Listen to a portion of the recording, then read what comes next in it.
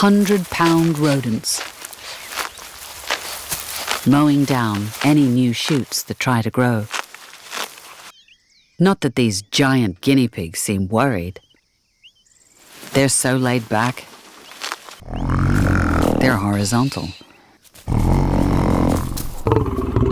This rescued jaguar could solve the capybara conundrum. Everything now hinges on whether this killer can learn to hunt.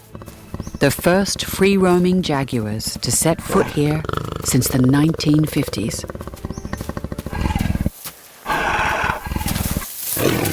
It's all theirs for the taking. Keep low.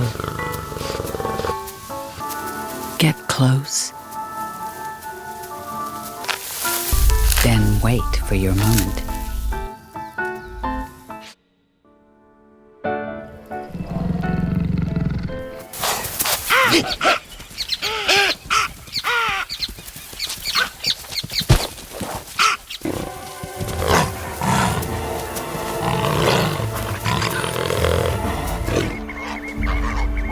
This family of assassins will now bring fear wherever they tread.